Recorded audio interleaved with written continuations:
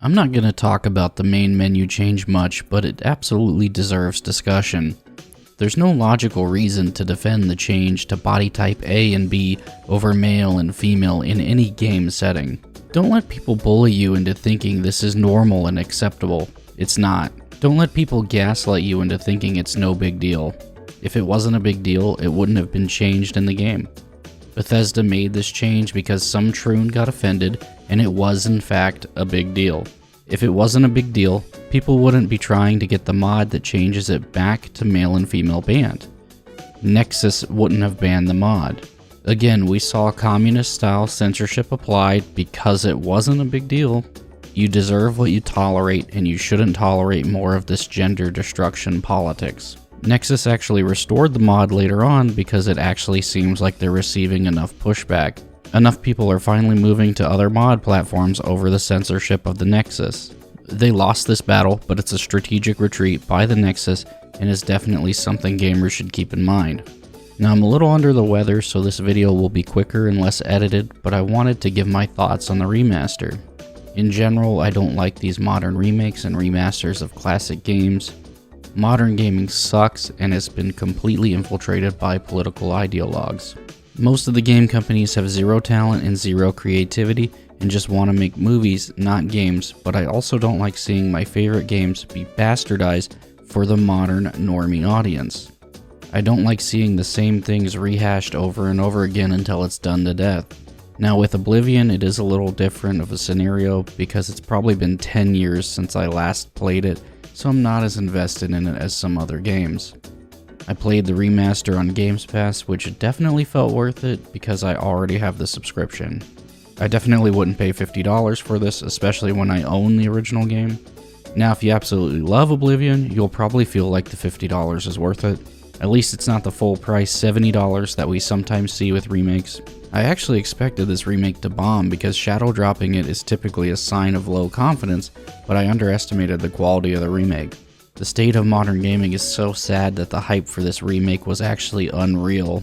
They actually did a good job of keeping a lot of the jank of the original game, which is great because that's where a lot of the charm is. The flaws are also what contribute to its greatness and the fond memories people have of the original game. They kept the shitty voice lines and shitty voice acting. They kept the absolutely retarded AI.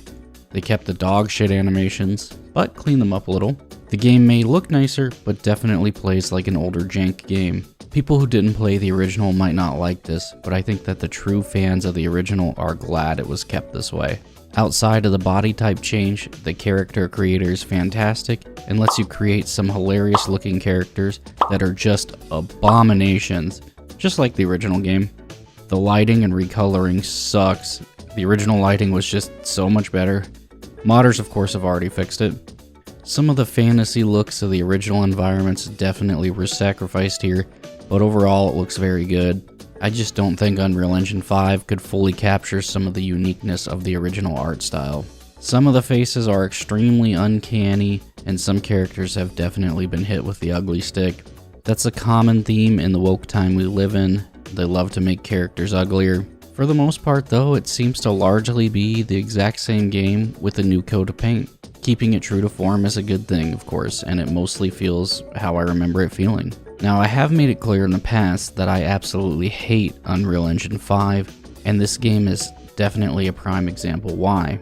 I see people say the game runs great, which is a flat out lie. It stutters a lot and has an extremely bloated download size of 120 gigs.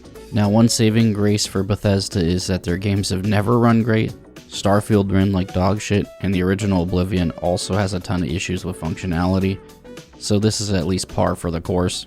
Unreal Engine 5 just isn't a good engine, and the shift to it in modern gaming is just depressing. At least it's good for photorealism. This game, a remake of a 20-year-old game, might unironically be the best game that gets released this year, which is just sad. The original game had so much soul that even when slightly diluted by the remake, it still has more soul than most modern games, which almost always have none. Modern gaming sucks, so a fairly solid remake of a 20-year-old game is still far more enjoyable.